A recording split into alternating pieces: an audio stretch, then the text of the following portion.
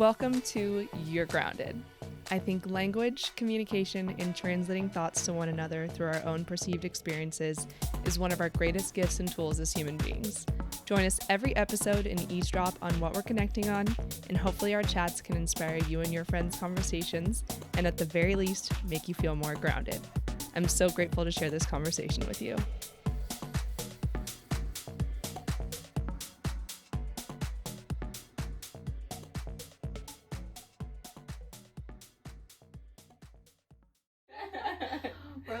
We're live. I am so excited for today because I had the absolute blessing of being able to come back to a place I formerly lived. Not exactly the exact city, but the exact county. I, as some of you know from some of my previous guests as well, but used to live in San Diego, and my mom wanted to come out here for her birthday trip this weekend, and I thought, oh my god, this is so perfect. One of my best friends that I used to not live with, but work with when I lived here, also lives there, and I was just like, so couldn't wait for this moment to be able to record with you. So we have Kaitlyn with us today on the podcast. And Bubba, if you're watching on the video version, is also here with us. Okay. Bubba got to come out to the beach with us today for the first time. Meet his soul brother. Kaitlyn's dog, Harley, is also a pit mix. And they literally look like brothers from another mother. God, so cute.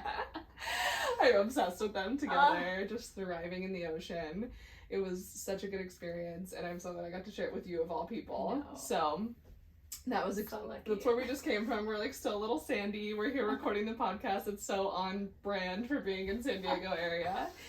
But Kaitlyn and I met literally basically 10 years ago, a little over just 10 years ago.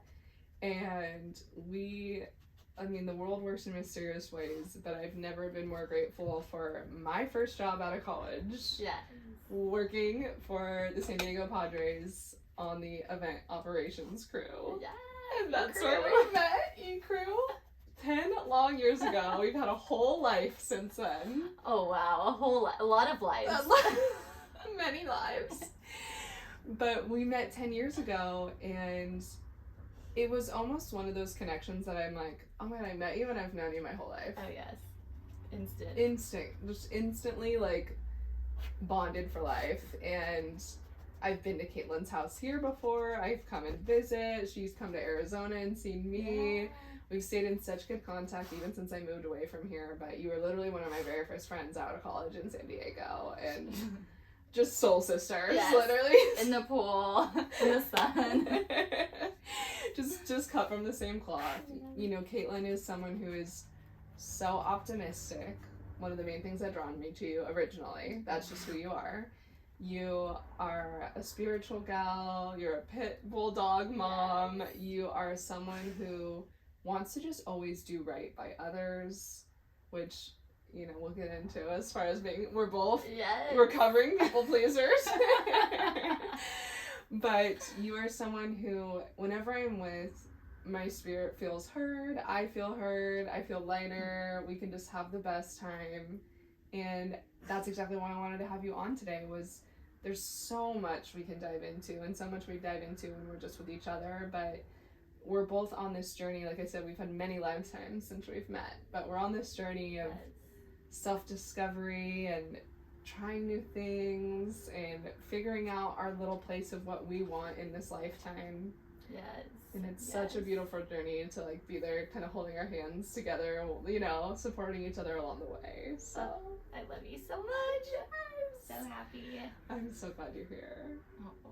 Yes.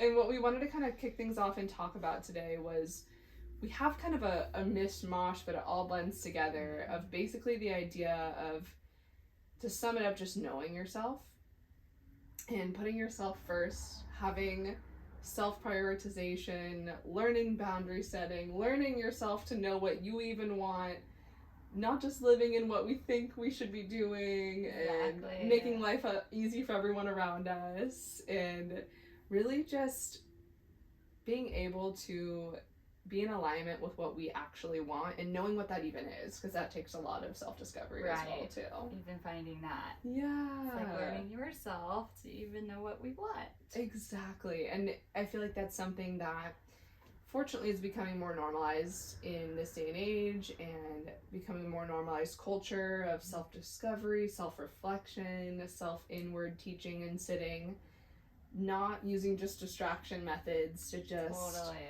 cope and avoid even sitting in your thoughts to think, what do I want? What do I need? What is actually in alignment for what I want to be doing in this lifetime? Have I actually just been on autopilot for the last 10 years, not even thinking about what I wanted to do or who I wanted to surround myself with and all those things? Right. Yeah. I know. It's like you just go along with it, and like what society kind of has set out, like, okay, this is what you're going to do. This is how you're going to live your life. And then all of a sudden you're like, whoa, I'm doing it all, but I realize I haven't even learned myself fully. Yes. You know, and having that self-compassion and love, and again, back to just learning about yourself and having a relationship with your own self in order to just thrive in all of the relationships in your life. Yeah.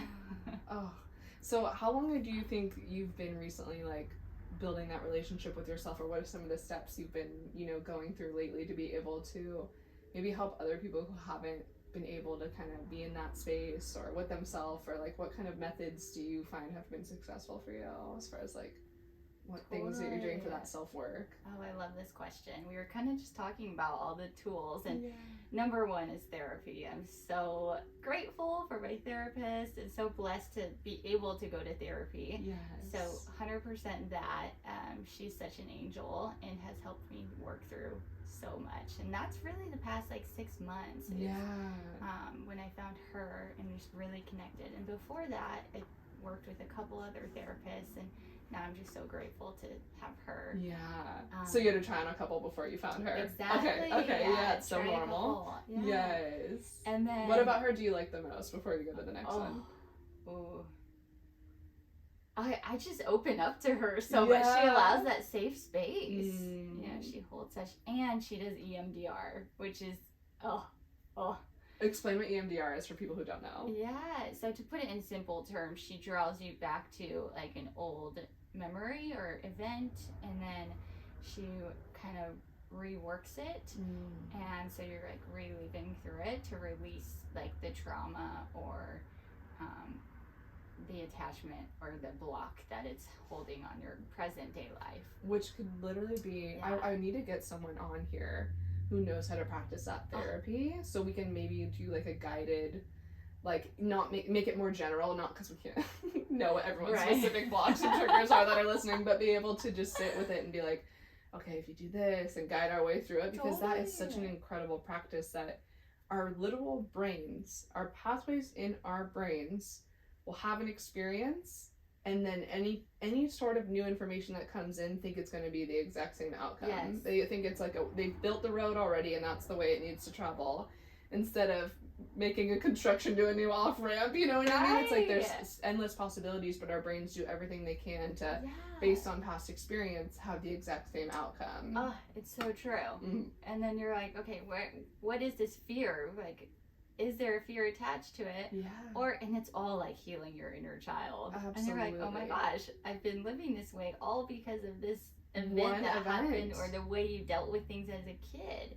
And then you're realizing, whoa, I'm still acting, the same way of how you would do things as a child as an adult. Even though 10 years, 15, 20 years of experience have passed you by to prove that that's literally just a single event, you still are living in that same cyclical period. And that's just, it's so fascinating how our brains literally will translate experiences and emotions as a status quo, and then we fall into these habitual, like, escapism, cyclical patterns. Totally. And that's exactly what we want to talk about, is just genuinely, like, how so many people aren't even sitting and being aware of those types of events or those type of experiences. We all, no human can escape that this is part of our life. Like, no matter what your upbringing, no matter what your experiences, no matter what your traumas, That's exactly it. We all have them. Exactly. And it's like prior, you know, maybe it's like, oh, you're shutting down or you're avoiding things and you don't even realize it. Yeah. Or escape, you know, go into your comfort zone or what,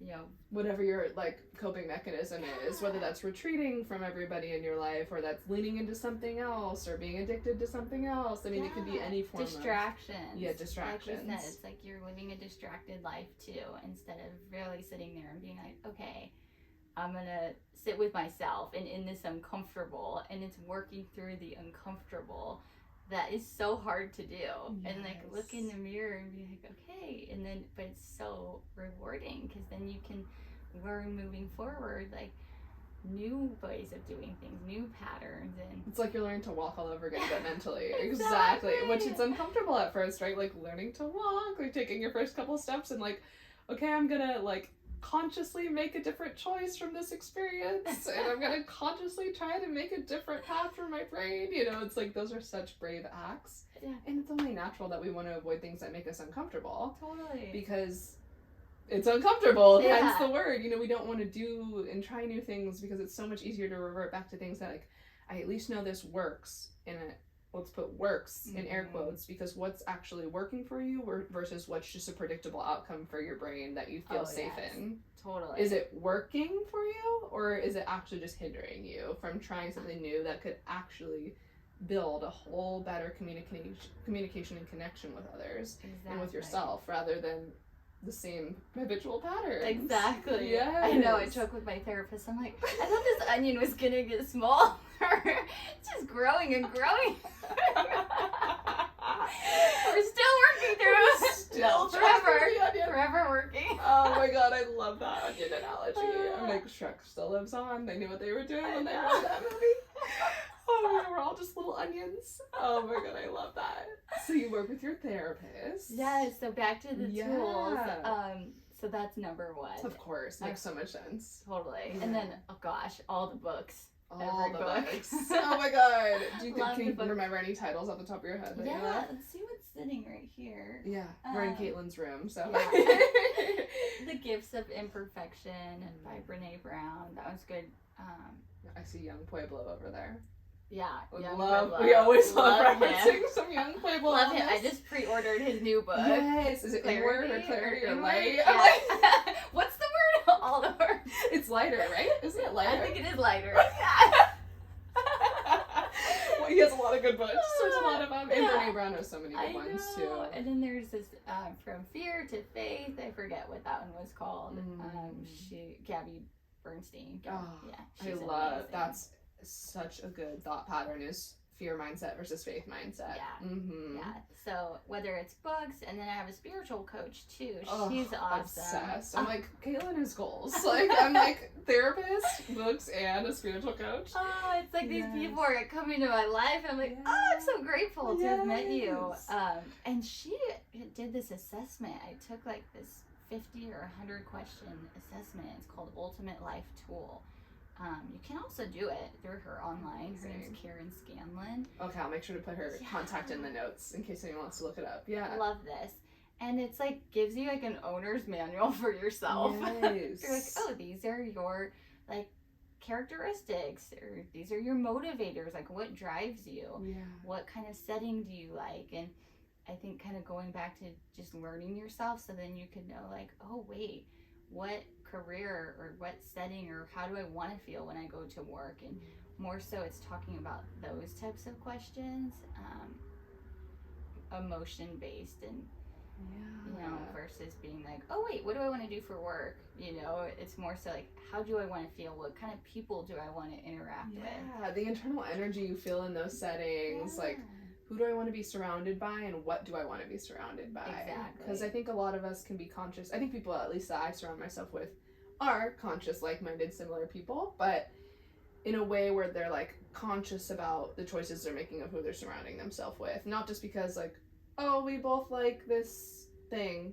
We both like the same restaurant. We both play soccer. Let's hang out. It's like, that's great. Obviously, we all have to start with some sort of commonality, but I think consciously being around people who, when you're around them, you just feel good. You feel like you can be yourself. You feel like you can be your authentic self, and that's, I mean, such a blessing. It's not something that I think is just commonplace. It's definitely such a way of the universe working to just put people in alignment with your path who are meant to just like give you those feelings when you feel like, okay, if I know myself well enough, I'll know when I'm feeling best around people who feel the same about themselves. And you know, that's the work that it takes. Is I think people would really surprise themselves if they take the time to do the lifelong journey of knowing yourself. That the more you get to use tools, I love a good self-assessment. I'm like, any test. All the tests. Enneagrams, yeah. I like Enneagrams. You know, we've talked about it before. My human design. I want to take this assessment. It's like anything I can do to know myself better is only going to cut out all the gray noise around me for me to just not quote unquote waste your time, because that's not ever a waste of your time, but being able to just kind of like sift through and funnel through, okay, I know this about myself to be true, and I know that for sure. You kind of have uncertainty in yourself, you know? Exactly. And just being like, I know this about myself, so I need to be in spaces like X, or I need to be around friends like Y, or I need to, you know, practice new things. I mean, even human design teaches you, like, do you like routine, or do you not thrive in routine? I mean, all those things are so important because societally, we get fed all these things of how we all should behave as humans. Like, what's the best way for humans to, like, thrive? And that can be different for every single person. Right. Oh, the societal. Yeah. Yes. Oh, I love that. So you have the therapist, you read a lot of good inspirational books. And podcasts. Your podcast. I love podcasts so much. God, yes. Like in the car on. Yes. You know, walking Harley on. Speaking of another reason why I love Kaitlyn, not only is she so exciting to just be my friend, but she's a real one. She's listened to every single episode. So shout out to anyone out there who's the same. Please message me and let me know if you're a real one, because I'm obsessed with you and you're the reason why I do this. Oh my gosh, I love it. I didn't even know that about Kaitlyn until today. She was like, I've listened to every single episode. She literally pulled up her Apple CarPlay and it was literally like on recent. And I was like, I'm obsessed with you. You are right. I do this. And I didn't even know that. So it's like, if you guys don't tell me, I don't know. So the fact that you guys let me know you've been listening to every episode and it resonates with you, I mean, that's exactly the whole purpose of this. So thank you, first of all. Just tangent of gratitude. But yeah, there's so many tools we can use. Exactly. To have that self-assessment, that self-knowing, that really prioritizing what we want to be a part of, who we want to surround ourselves with. You can't, I'm trying to think of an analogy. It's like you can't build a building unless you have the foundational blueprints, right? Really? It's like, okay, we need the blueprints to be able to move upward and expand. So until you even know and sit with yourself of like, what, you know, poor patterns do I have? Let me face the music of like, I need to sit in the uncomfortable and realize where I lack or where I'm contributing to my own pain. And then on top of that, like, what am I really good at? What do I really like? Who do I feel my best around? Who do I feel my worst around? And realizing you have the power every single day to make adjustments based on those information. Yeah. That self-knowing. Taking ownership and flipping the question and taking that on instead of being like, oh, it's this person or this situation, or, you know, realizing the whole contentment, the ideas around contentment, and being like, oh, if things were so, I'd be happy, or my life would be better. And then you get that, and it's like, oh, wait, no, I'm not. I'm still in the same pattern, even though I got to this goal or achievement. You're still in the same pattern, or don't feel a certain way. Exactly. Yes. So then it's okay, you know, looking at yourself and going inward and being like, okay, what is this? Exactly what you just said. Yes, that self-reflection. I think a lot of people just keep themselves, again, the theme of distraction. You know, people love to live a distracted life, but they don't even realize they're distracted. That's the problem. They're not even aware that they're living so distracted, or they're living so cyclically, because they don't even think to take a pause and think, okay, let me see why I'm even doing this, or why every time I see this person, it's the same old song and dance. People want to be like, that's just who they are. And there's a lot of peace in releasing attachments of like, I can't expect people to change, because you'll never be able to control someone else. There's a lot of peace in being like, yes, that's half true. Like, that's them. Let's not hold on to the idea that they're ever going to change for me to be happier. But the other half is, okay, what can you control, which is you? Right. What can I do to control me getting triggered by what they're doing instead of having compassion for the way that they're acting and how it makes me feel? You're always in control of how you allow others to make you feel. Yes. But the more you know what triggers you and sit with that, that's even a pause. Yeah. Just being like, why am I triggered? Okay, I know this about me. I've taken this time to self-reflect.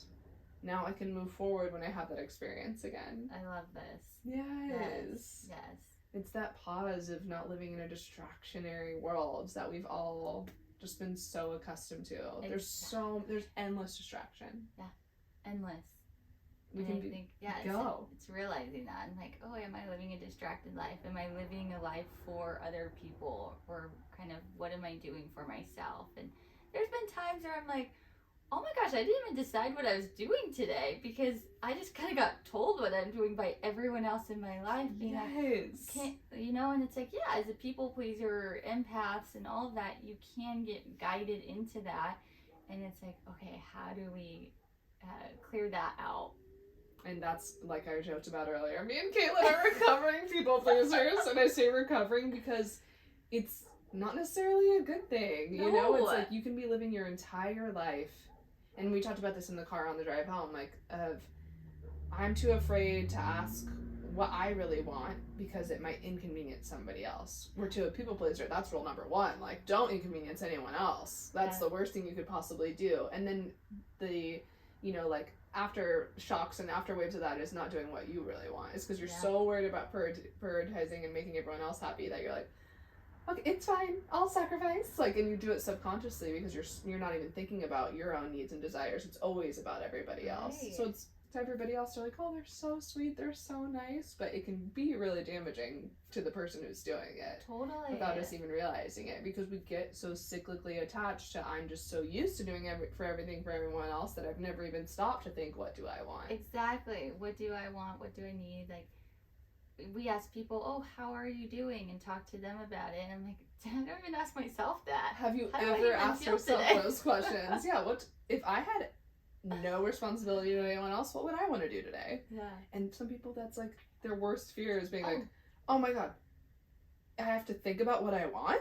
And that's like so foreign to them. And then you can like get caught in that like unmotivated day, or I definitely think that's kind of a pattern of people who are people pleasers. You'll have busy days and full of distraction, and then when you don't, you're like, what do I do?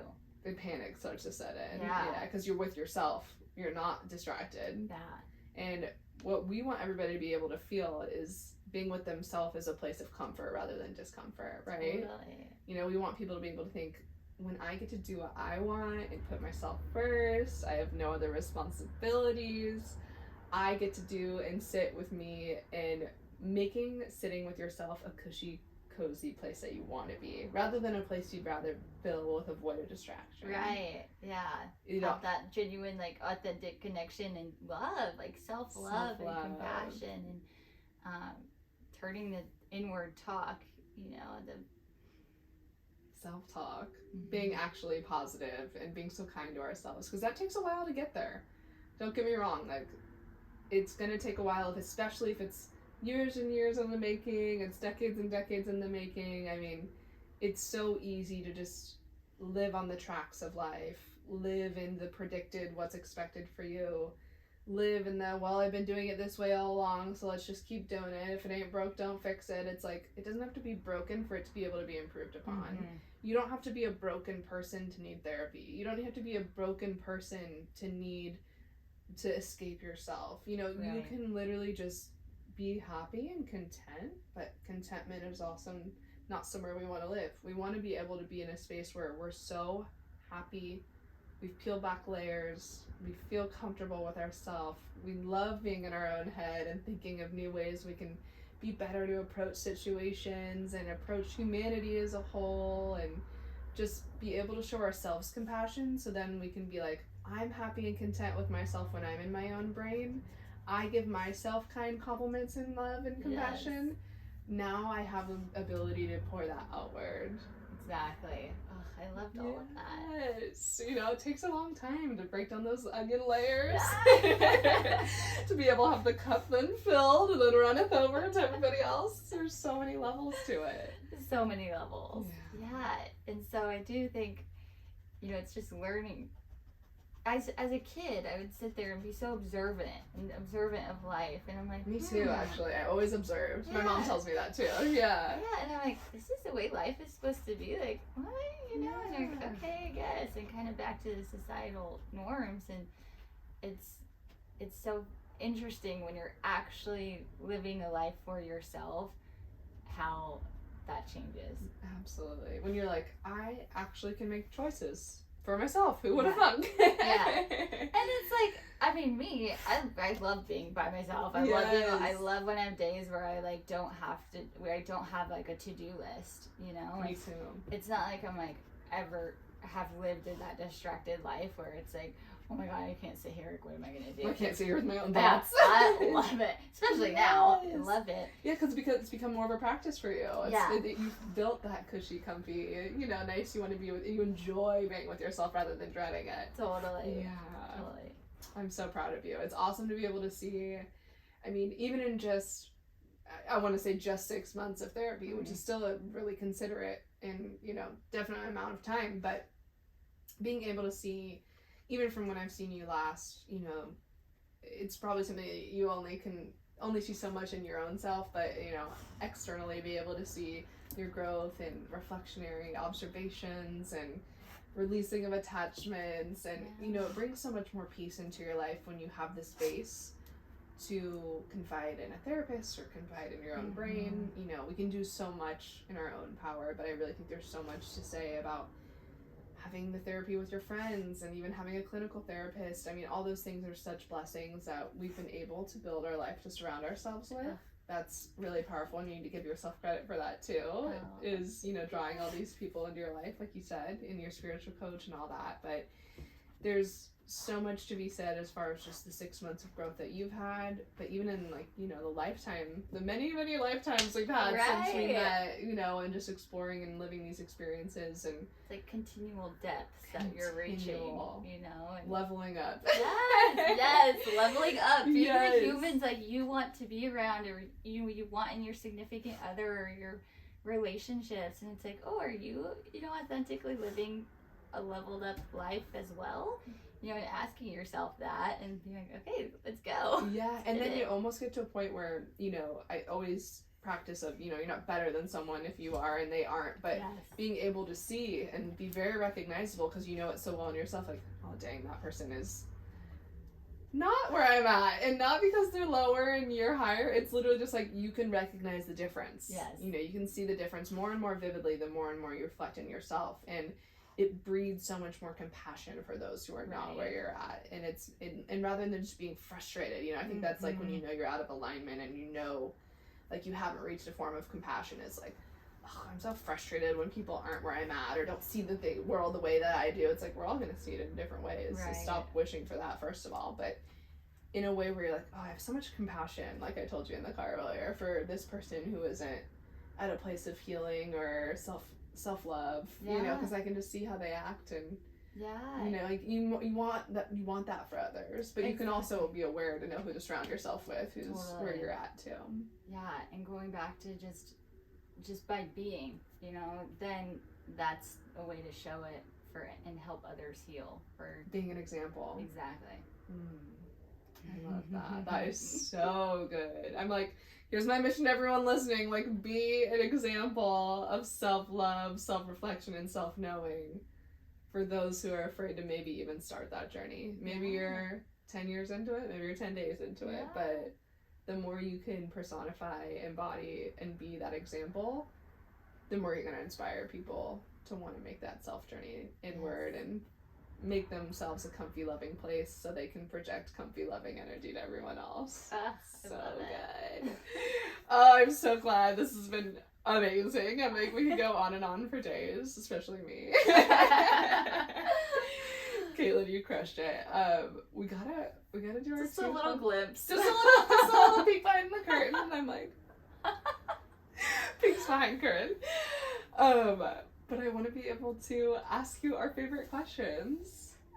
So, Miss Kaitlyn, there's so endless many amounts of superpowers that you embody in my eyes, but if you had to claim one for yourself, what do you think your superpower is? It's so ironic because just this week in therapy, my therapist was like, I mean, yes, you're an empath, like through and through, and that's a superpower. You are, like, that is your superpower. I was like, oh my gosh, I'm doing a podcast. She's going to ask this question. And being an empath, you know, it's obviously, there's so many different views on that, you know, and especially in today's world of like empath narcissist, you know, and it's like an empath, you know, can be seen as like, oh, is that a weakness, you know? And it's like, no, it's very strong because you have the ability to know what others are feeling, or and hold that safe space for them.